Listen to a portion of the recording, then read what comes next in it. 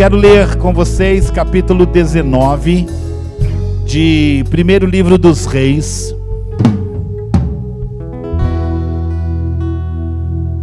Eu quero ler a partir do versículo 9 em diante. Primeiro livro de Reis, capítulo 19, versículo 9 em diante. Ali entrou numa caverna e passou a noite. E a palavra do Senhor veio a ele.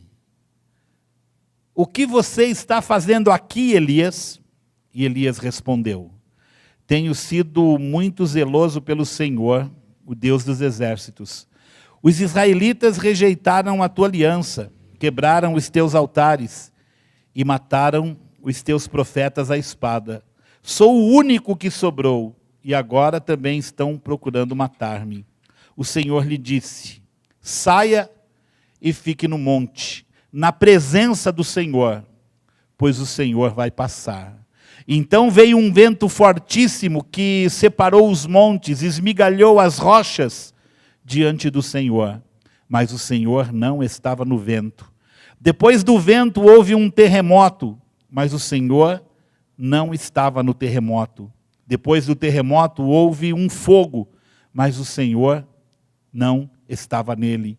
E depois do fogo houve um murmúrio de uma brisa suave. Quando Elias ouviu, puxou a capa para cobrir o rosto, saiu e ficou à entrada da caverna.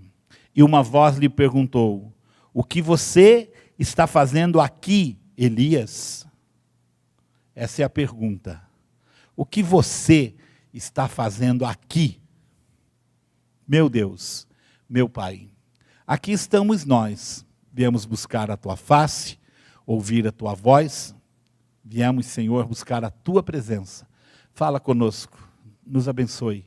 Em nome de Jesus, amém. Por favor, sentem-se, se quiserem. Se quiserem, pode ficar de pé também. Estamos no mês de abril, falando sobre estar abrigados no esconderijo do Altíssimo. E às vezes, nós queremos dar uma de Elias. Eu acho que precisava reposicionar as câmeras. Ah, já está fazendo isso. Obrigado. Porque senão tem que ficar só parado aqui. Muito bem. Agora já posso vir para cá. Às vezes a gente dá uma de Elias e quer esconder-se dentro da própria caverna. Quer abrigar-se debaixo das próprias condições humanas que nós vemos. Sabe, alguém pensa assim: ah, se eu ganhasse na loteria, aí eu conseguiria fazer tudo o que eu preciso fazer. Ah, se mudasse o governo e a gente tivesse um governo diferente, as coisas seriam muito melhores. Ah, se eu mudasse de cidade, se eu fosse para outro estado, se eu fosse para outro país, se eu conseguisse ir para os Estados Unidos, se eu conseguisse ir para a Europa, lá é outro nível de vida, eu teria uma qualidade de vida melhor e eu seria muito mais feliz. Sabe, o ser humano fica procurando as suas próprias cavernas para se abrigar. O ser humano, ele fica procurando meios de se satisfazer pessoalmente e acaba se esquecendo que o melhor lugar para se estar não é na sua própria caverna, não é você se esconder de medo, porque se nós analisarmos o contexto histórico e até mesmo as últimas frases ditas por Elias aqui Israel rejeitou a sua aliança, matou todos os seus profetas e só restou a mim. Não tem mais ninguém, sou só eu, estou sozinho. O que será de mim? Quem será por mim? Como diz aquele episódio, ou os episódios, né, do Chapolin Colorado. E agora, quem poderá me socorrer? Não é? Nós estamos esperando alguma ajuda vinda de alguma parte. Alguém pensa assim, se aquele meu tio rico me ajudasse, se aquele irmão da igreja que tem uma empresa me contratasse, se. E a gente fica nessa expectativa de que alguma coisa diferente precisa acontecer para que a gente esteja seguro, para que a gente se sinta forte, para que a gente se sinta firme. A gente pensa que precisa de algum fator externo para poder se sentir seguro, se sentir abrigado. E o Elias fez isso, sabe?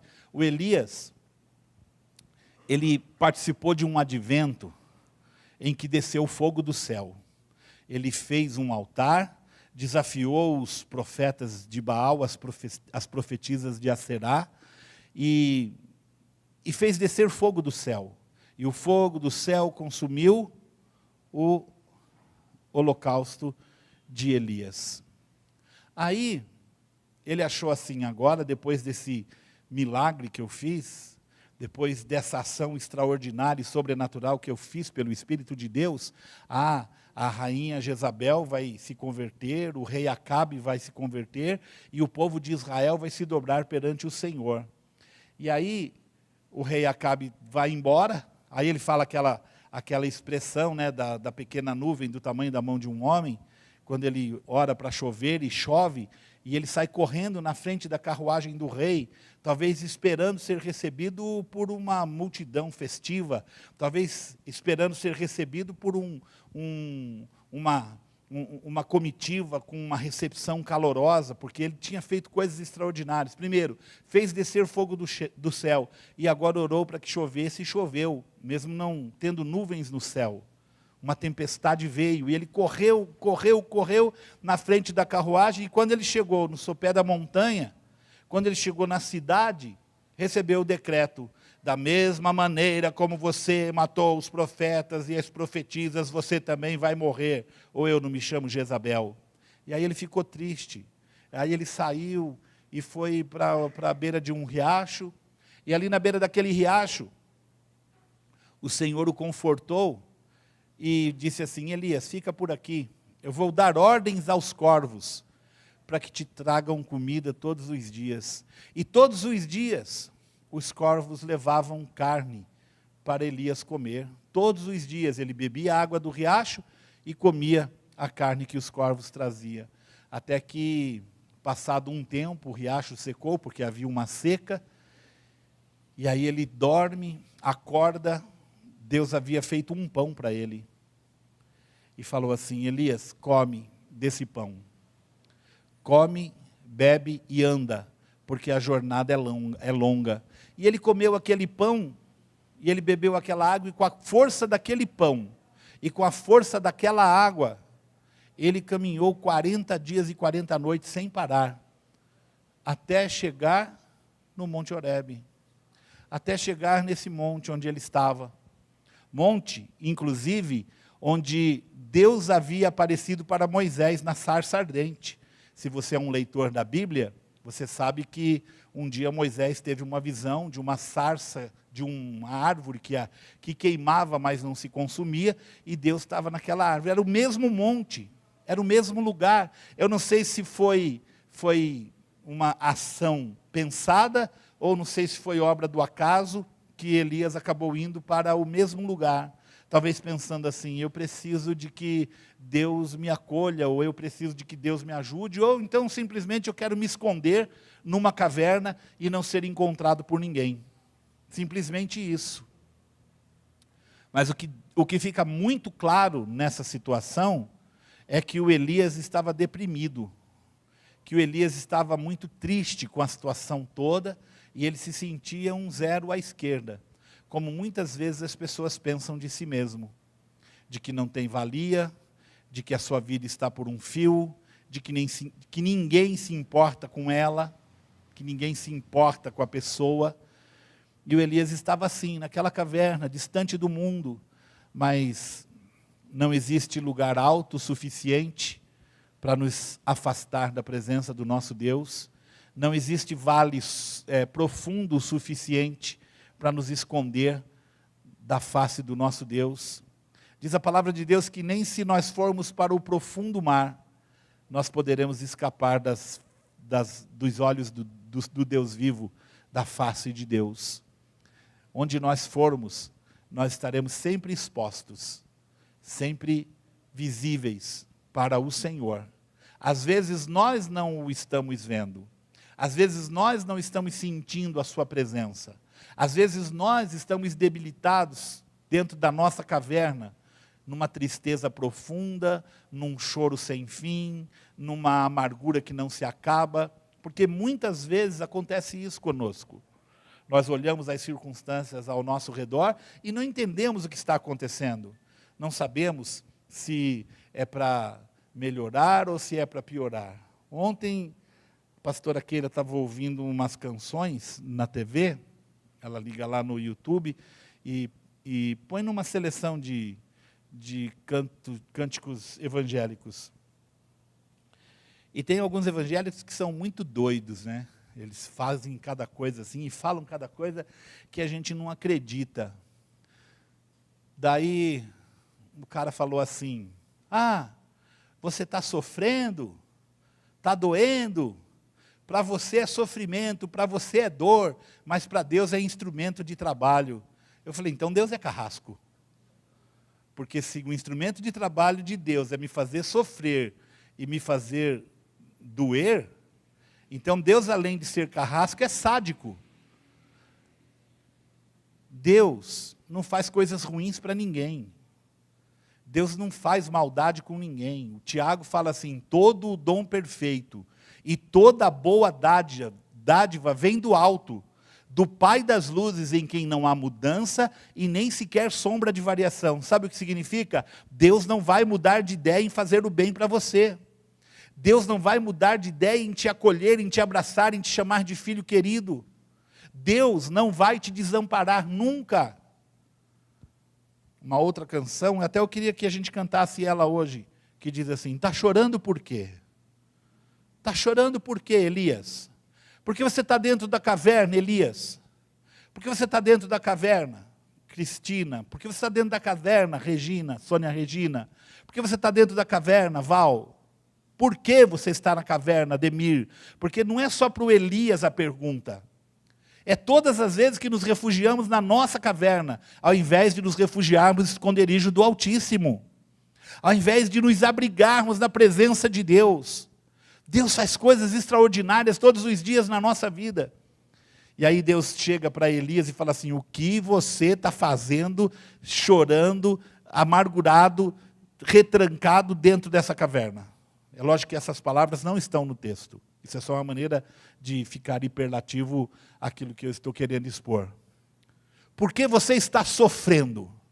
Por que você está chorando? Está chorando por quê?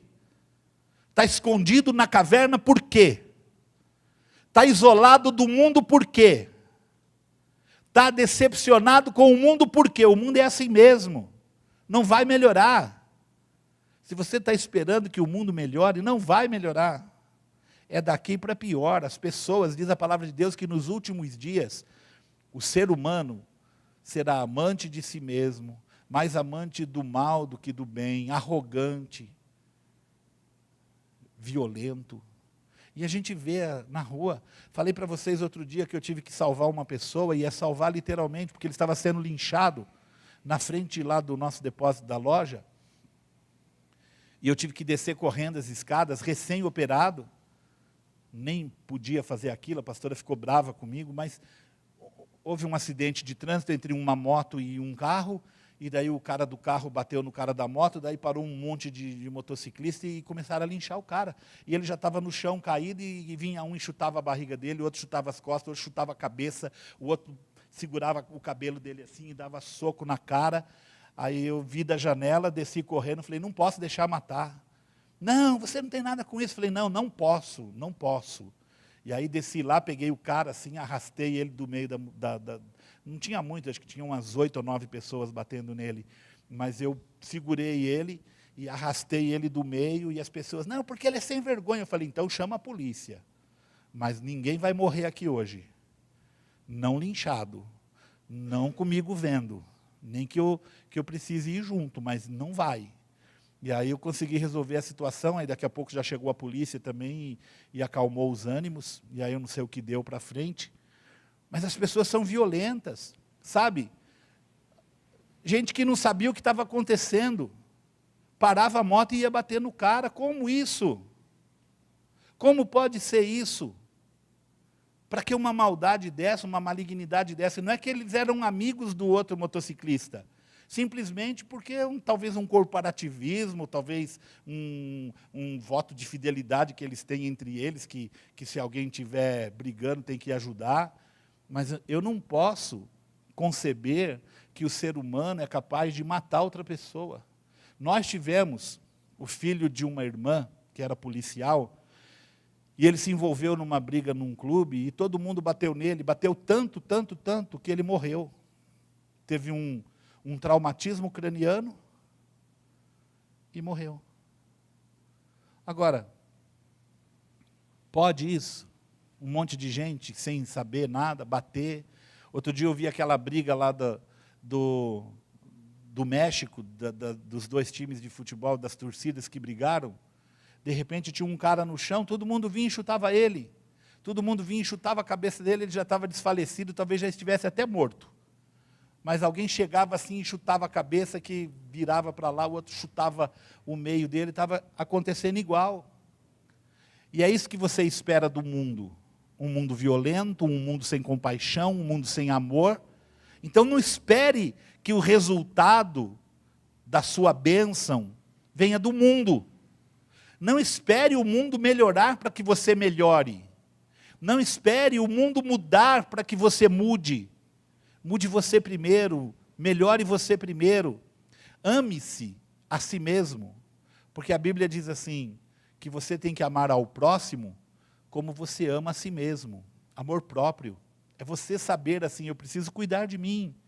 Sabe, eu preciso levantar de manhã, escovar os dentes, lavar o rosto, pentear o cabelo, pôr uma roupinha agradável e caminhar, se for o caso, fazer um exercício na academia, conviver com pessoas, amar pessoas, servir a Deus de todo o coração, porque isso faz parte da nossa vida, faz parte da nossa história, da nossa essência de ser humano. Agora tem gente que, porque está descontente com a situação do mundo, se fecha em si mesmo e acaba não sendo bênção para ninguém. Preguei há pouco tempo aqui que as minhas decepções e as minhas dores não podem me impedir de ser bênção na vida de outras pessoas. Sabe, eu não posso ficar emburrado, porque tem gente que fica brabo com uma coisa que não tem nada a ver no contexto onde ela está, e ela fica emburrada com todo mundo. E ela fica brava com todo mundo, isso é no trabalho, isso é na família, e fica emburrada. O que eu fiz? Você não fez nada. Mas então por que está me tratando assim? Não sei, estou com vontade. Estou bravo, estou nervoso, não é? E aí a pessoa que não fez nada para você, é a que vai pagar o pato. É a caverna que você precisa sair. Aí Deus chega e fala assim, ei, vem para fora. Você note que Deus fala assim, saia da caverna e venha para a minha presença. A caverna não é o seu lugar. O esconderijo não é o seu lugar. Sabe quem gosta da caverna? É o Batman, da Batcaverna. Fora isso, ninguém tem que ficar na caverna. Ou o morcego também gosta de caverna. Mas o seu lugar é na presença de Deus. Saia, Elias, da caverna e venha para a minha presença. Aí o Elias vem, todo receoso, e aí quando ele chega lá fora, a primeira coisa que acontece é um vento. Quando as pessoas receberam o batismo com o Espírito Santo, diz a palavra de Deus que veio do céu o som como de um vento veemente e impetuoso. Nesse vento veemente e impetuoso estava a ação do Espírito Santo. Mas no vento forte e impetuoso que Elias viu, que chegava a arrebentar pedras, diz a palavra de Deus, Deus não estava ali. Deus não estava ali. Sabe, semana passada, na outra semana, eu trouxe um missionário lá para a nossa igreja de Mauá.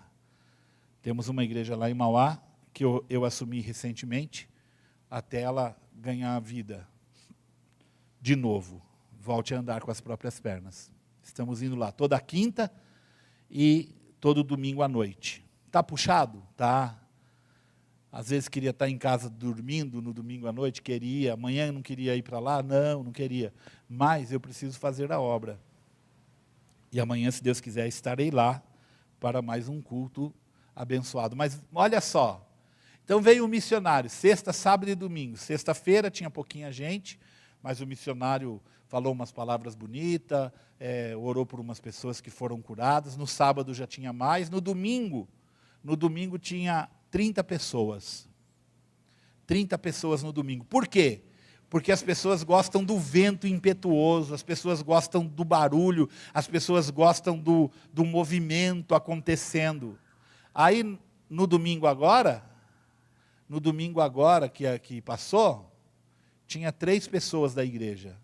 E daí estava o Mariano e a Sônia, estava o Manuel e a Solange, estavam o Davi, a Meire, a Andréia e mais uma senhora lá que... e a Marli e mais uma senhora que eu não conheço, que o Davi levou. E 3 pessoas da igreja. Onde estavam as outras 27 pessoas que estavam no domingo vendo barulho? Não ia ter missionário fazendo barulho? Não veio. Não ia ter missionário falando bonito? Não veio. Por que não veio? Porque as pessoas querem ver Deus nos movimentos. As pessoas querem ver Deus nas coisas acontecendo. E a palavra diz assim, Deus não estava lá. Depois do vento, veio um terremoto. Sabe, quando Paulo e Silas estavam cantando na prisão, em Filipos, veio um terremoto. Esse terremoto era da parte do Senhor. E o Senhor estava no terremoto, e o Senhor libertou Paulo e Silas e todos os presos. Mas a Bíblia diz que naquele terremoto do Elias, Deus não estava. Era só um movimento geofísico. Era só um terremoto mesmo. E daqui a pouco, depois do terremoto, veio um fogo. Eu penso comigo assim, que Elias pensou, o mesmo fogo que Moisés viu. Porque se no passado Moisés viu um fogo e era Deus falando com ele, esse fogo é Deus falando comigo. E aí o que aconteceu? A palavra de Deus diz, Deus também não estava no fogo. Aí veio um murmúrio. Sabe o que é um murmúrio? Um cochicho. Uma voz mansa. Uma voz suave. Talvez Deus falando assim, Elias, acalma o teu coração, meu filho. Elias, fica tranquilo, porque eu estou cuidando de você. Elias, não se desespere, não se desanime, não se esconda na caverna, porque eu tenho coisas extraordinárias para fazer por você e com você. Eu posso usar a sua vida, eu posso fazer de você um instrumento de bênção, não somente para Israel, mas para toda a nação, para todo o mundo. Voz mansa e suave. E aí diz que Elias ouviu aquela voz, e aí Deus falou assim, fica tranquilo, você não está sozinho. Eu tenho mais 7.000 que não se contaminaram como você. E eu tenho também Eliseu, que você vai ungir para ficar no seu lugar. E eu tenho Jeú, que é o rei, que vai ser rei no lugar de Acabe. Então fica tranquilo que eu estou no controle da situação. Eu vou mudar a história para que você não sofra. Sabe, irmãos, agora pega isso e traz para o seu contexto. Deus vai mudar a história de uma maneira que você não sofra. Deus vai acertar as coisas para que tudo esteja no seu devido lugar. Você não está sozinho e você não é a única pessoa do mundo que sofre. Você faz parte da multidão a quem Deus quer abençoar e vai fazer isso nesta noite, neste lugar, porque você veio buscar a sua face. Você veio se abrigar no esconderijo do Altíssimo. Você veio ficar debaixo das poderosas mãos de Deus. Então você não precisa de que nada, de nenhum fator externo aconteça. Você só precisa que este Deus eterno e maravilhoso fale ao seu coração nesta noite, de uma maneira mansa, de uma maneira suave, dizendo, não temas, eu sou contigo, não te assombres, eu sou o teu Deus e te digo, eu te fortaleço e te ajudo. Você vai chegar onde você precisa chegar. independente de fatores externos. A nossa alegria, ela não vem de fatores externos. A nossa alegria vem do Espírito Santo de Deus. Tem uma alegoria que fala assim, que um cara, ele foi no psicólogo, porque ele estava triste, muito triste. Ele estava à beira da depressão, à beira da tristeza profunda, triste, desanimado. E aí ele, consultando o psicólogo, ele falou, olha, vou falar uma coisa para você. Na cidade tem um circo e um palhaço, que todas as pessoas que vão lá saem transformadas, porque este palhaço é muito bom. Ele vai fazer você sorrir, ele vai fazer você feliz, ele vai mudar a sua vida. Eu tenho receitado isso para muita gente. E todos que vão lá voltam me dizendo, olha, foi bom eu ter ido naquele circo, foi bom eu ter assistido aquele palhaço, foi muito bom, porque ele me trouxe uma alegria para o coração. Mas aí aquele cliente, aquele paciente disse assim, não vai adiantar. Não vai adiantar eu ir nesse circo, ouvir esse palhaço. Não, vai sim, vai por mim, que vai dar certo para você. Aí ele fala assim, você não está entendendo. Eu sou aquele palhaço que alegra as pessoas no circo, mas eu mesmo estou muito triste. Então nós não precisamos de fatores externos para nos alegrar. Porque às vezes uma pessoa que está nos alegrando, ela mesma está triste. Às vezes uma pessoa que está nos confortando, ela mesma precisa ser confortada. Às vezes uma pessoa que está orando pela nossa cura, ela mesma precisa ser curada. Mas o que nós precisamos é estar no abrigo do Altíssimo. O que nós precisamos é estar debaixo das poderosas mãos de Deus. A Bíblia diz assim, humilhem-se, capítulo 5, versículo 6 de 1 Pedro. Humilhem-se debaixo das poderosas mãos de Deus, e Ele, ao seu devido tempo, vos exaltará. Estar debaixo das mãos de Deus, estar abrigado nas mãos de Deus, estar seguro nas mãos de Deus, é o melhor lugar em que podemos estar. Então não fique triste, não se desanime, saia da caverna, porque hoje Deus te reveste para a batalha e te dá uma unção sobrenatural para você vencer as suas lutas.